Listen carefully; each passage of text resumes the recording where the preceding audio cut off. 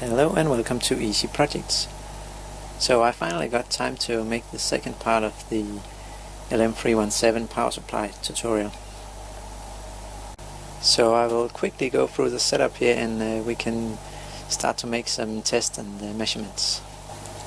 I'm using the same transformer as in the first video, followed by an inline fuse, and I'm using a bridge rectifier instead of the 4 diodes.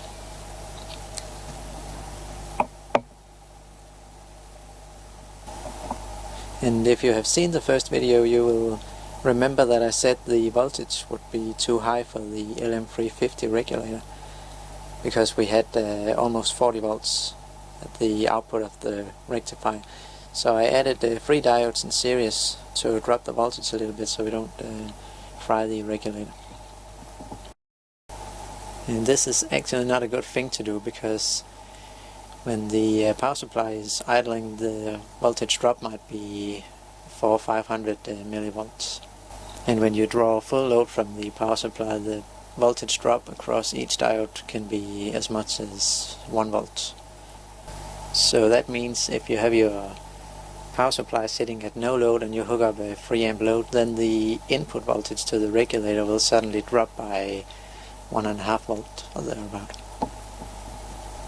But having a good deal of input capacitance can also help with this, because the regulator have to empty the capacitors before it drops.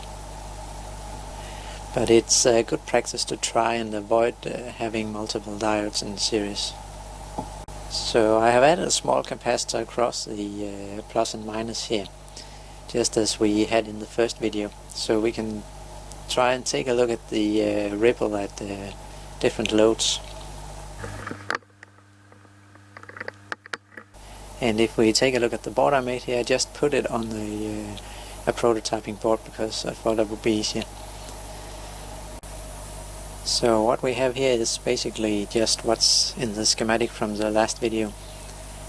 We have the input coming into the board here, and it goes into these 3 large capacitors.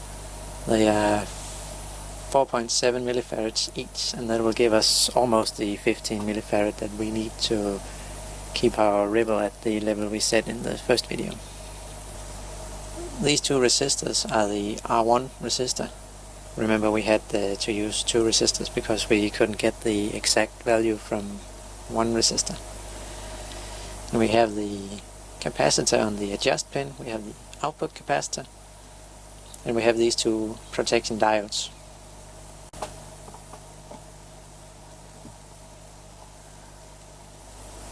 And we have the regulator mounted on this heatsink, and we have the potentiometer here.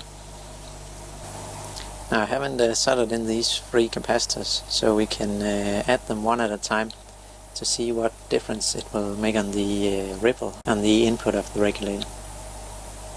So to start with, we only have the 100 microfarad that is directly across the diodes.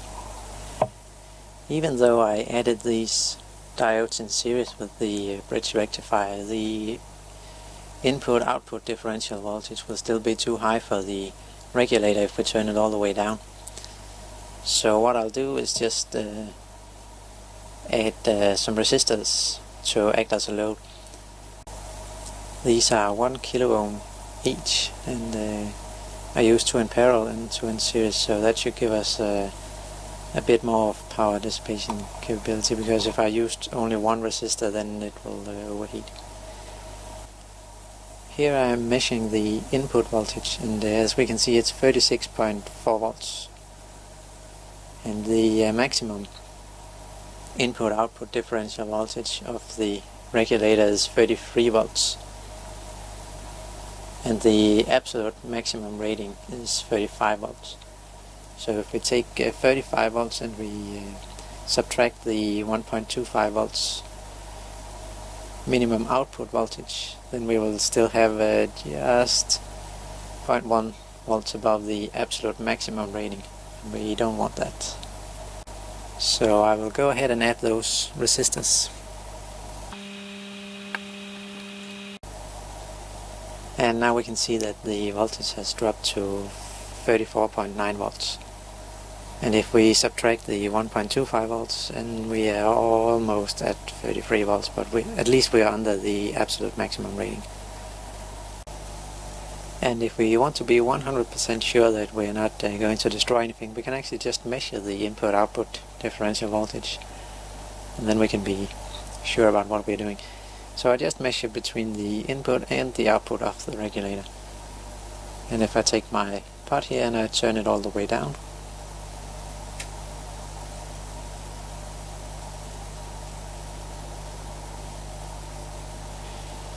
we can see that our maximum input-output differential voltage with no load is 33.7 volts.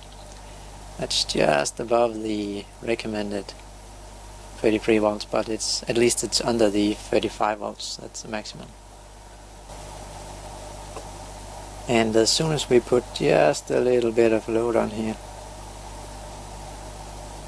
you can see that the voltage drops under the 33 volts. So this is only 50 milliamps of load. And I'm just drawing that on the output of the regulator, of course. So now let's move on to measuring some ripple on the input, and we can see what effect that will have on the output of the regulator. So I will move my test leads back to the bridge rectifier.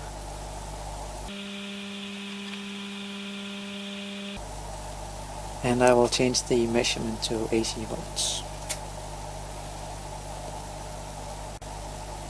And I have just added the scope probe as well, so we can visualize what is going on.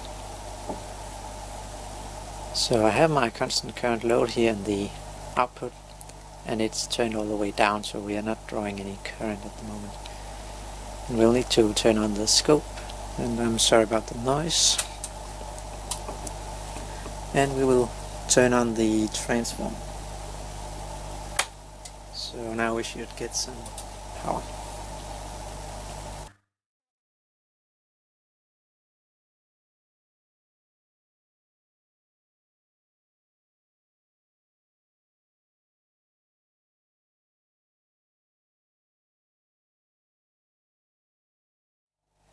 And now I actually lied when I said that there was no load on this, because we have the 1 kilo ohm resistor over here, and that's directly across the 2 points that we're measuring here. So with this 100 microfarad capacitor and the 1 kilo ohm load, we get about 1 volt RMS ripple on the input to the regulator. And we can see that I don't know if you can see it, but the scope says 1.09 volts RMS as well. And as we talked about in the first video, we get this 100 Hertz ripple on the input because the 50 Hertz AC sine wave of the transformer gets its negative part turned positive by the bridge rectifier, and that will charge the capacitor to its maximum each time the sine wave is at the peak. So if we turn the time base here a little bit, you should be able to see that the charge actually looks like a sine wave, where the discharge it should be linear. And that's because it's charged by the sine wave and it's discharged by the... Now this is not a constant current load, and that's why it's not actually linear. It's a resistor, and that means that the current drops off a little bit when the voltage drops. So what happens when we increase the input capacitance is it will charge and discharge at the same frequency, because we're not changing that. But instead of discharging to this point, it will only discharge to maybe this point if we add double the capacitance, and then charges up to full again. On the other hand, if we increase the load, then the discharge will continue down further. But before we add more capacitance, I will move the scope probe to the output so we can see the effect there. So this is what it looks like at 2 millivolts per division, and as you can see there's not much ripple on the output, even though we got 1 volt ripple at the input of the regulator. So if we turn the load up a little bit, you should see that the ripple on the input will start to rise.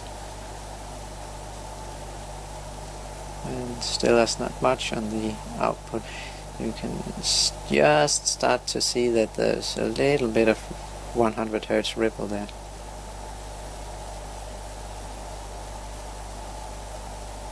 Let's give this a bit here. Yeah, here when we get to 6 volts or so ripple on the input side, we can start to see there's some ripple on the output, but it's still it's actually still less than 2 millivolts. Oops, something happened there.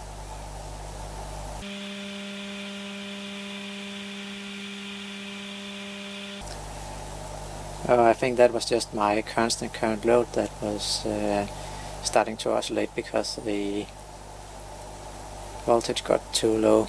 The voltage set part on the regulator was turned all the way down to 1.25 volts, and we were drawing about 700 milliamps. So I just turned up the voltage a little bit, and now it's fine again.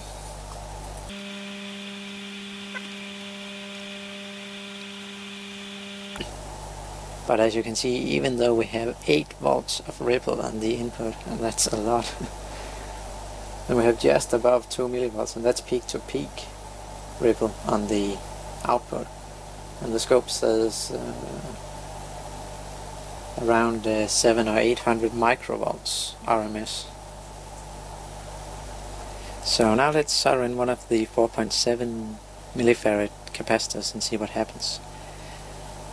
And remember, we have 8 volts RMS ripple on the input at 500 milliamps. That's what it's set at right now. The first capacitor here has now been soldered in, and we can take a look at the scope and the multimeter.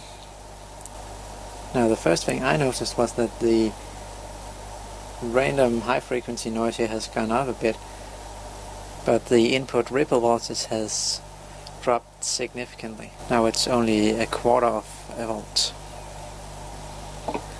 and we are still at 500 milliamps. So let's try to turn the load up to 1 amp and see what happens. And there we are. So we have almost half a volt of ripple on the input, and we can kind of start to see the 100 Hz on the output as well. But that could also be something to do with the current, because when we just had the 100 microfarad capacitor in there, the ripple on the output at 1 volt RMS was actually less than this. But now we are drawing 1 amp instead of nothing before. So let's disconnect the load, and I will just solder in the last 2 capacitors.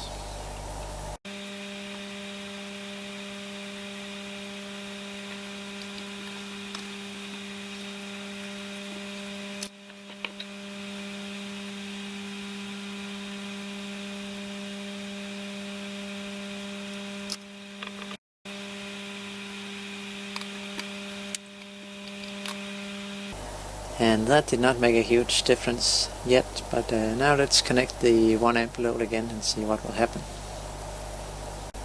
And now we only have a 0.15 volts RMS ripple on the input, and the output actually looks almost the same as before.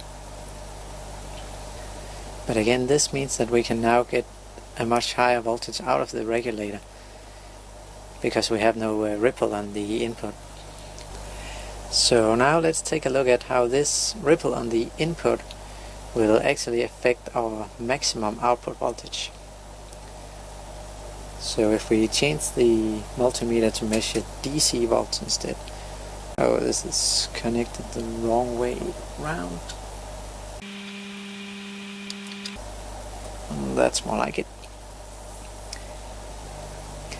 And now let's go into the min-max average mode.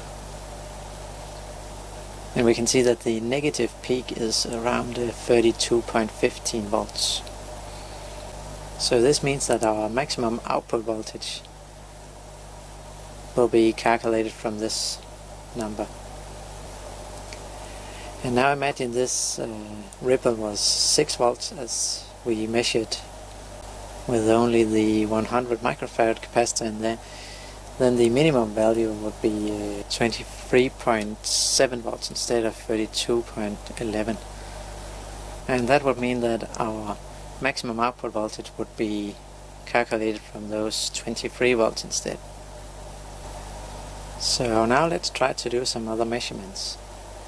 We can see how much the regulator will drift with the load. So we can start at no load, and I will try to get the regulator as close to 10 volts as possible.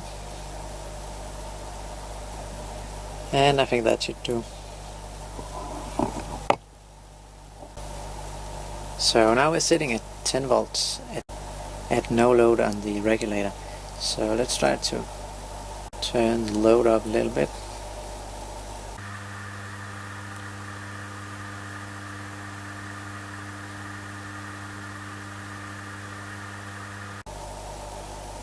And we're getting to half an amp.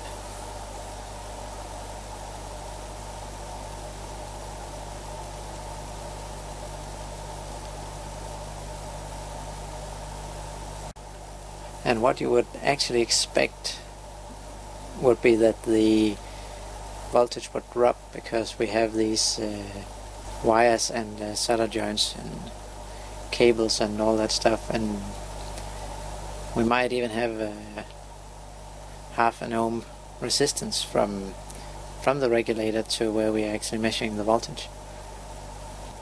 But because of the thermal instability of the regulator and maybe some of the other components, the voltage actually tends to rise when you increase the load instead of fall. And that is very common with these regulators. So I think that you will see if we actually remove this load that the voltage will take some time to go back to 10 volts. And you can see now it rised a little bit because we lose the voltage drop across the wires, and now it's starting to settle back down to 10 volts.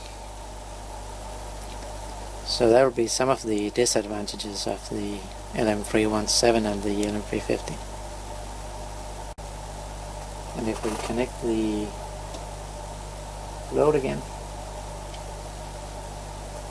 we increase the load to say 750 milliamps. And I think that if I place something cold on top of the regulator, the voltage will also drop.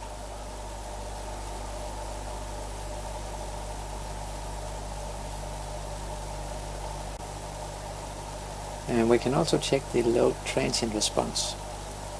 Right now I have the load disconnected, but it's still set to 700 milliamps. So when I connect this wire, I think we'll see a transient on the scope. I have set it to single shot capture that. And we can see that when we connect the load, the output voltage drops by about 40 millivolts. And that was also specified in the data sheet. And they also claim that if we increase the output capacitance, then the transient will be smaller. But then again, if you add some current regulation to the regulator, then that will be slower the more output capacitance you have. because the load will have to empty the output capacitor before the voltage drops. And I think if we change the trigger to the positive side and we take another shot of disconnecting the load, we should see just the opposite. And that's actually a little worse. That is 50 millivolts.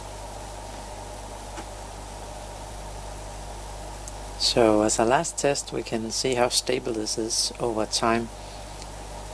So I have connected the load at 500 milliamps and we're still at 10 volts. And I'll just let everything warm up, so we're starting from a point where everything should be stable. And it seems like it have settled, so I'll just put this into the min-max average again.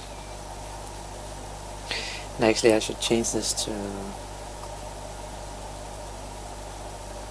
a little better precision.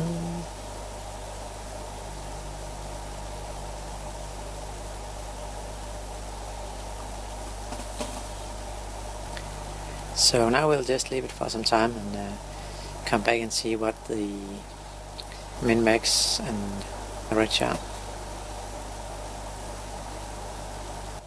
So we have skipped a little bit, and this have been going on for just over 15 minutes.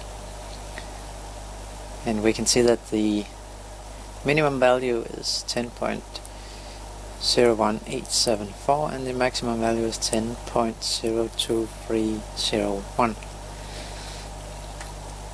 So if we subtract the minimum from the maximum, we get a drift of 4.27 millivolts over 15 minutes.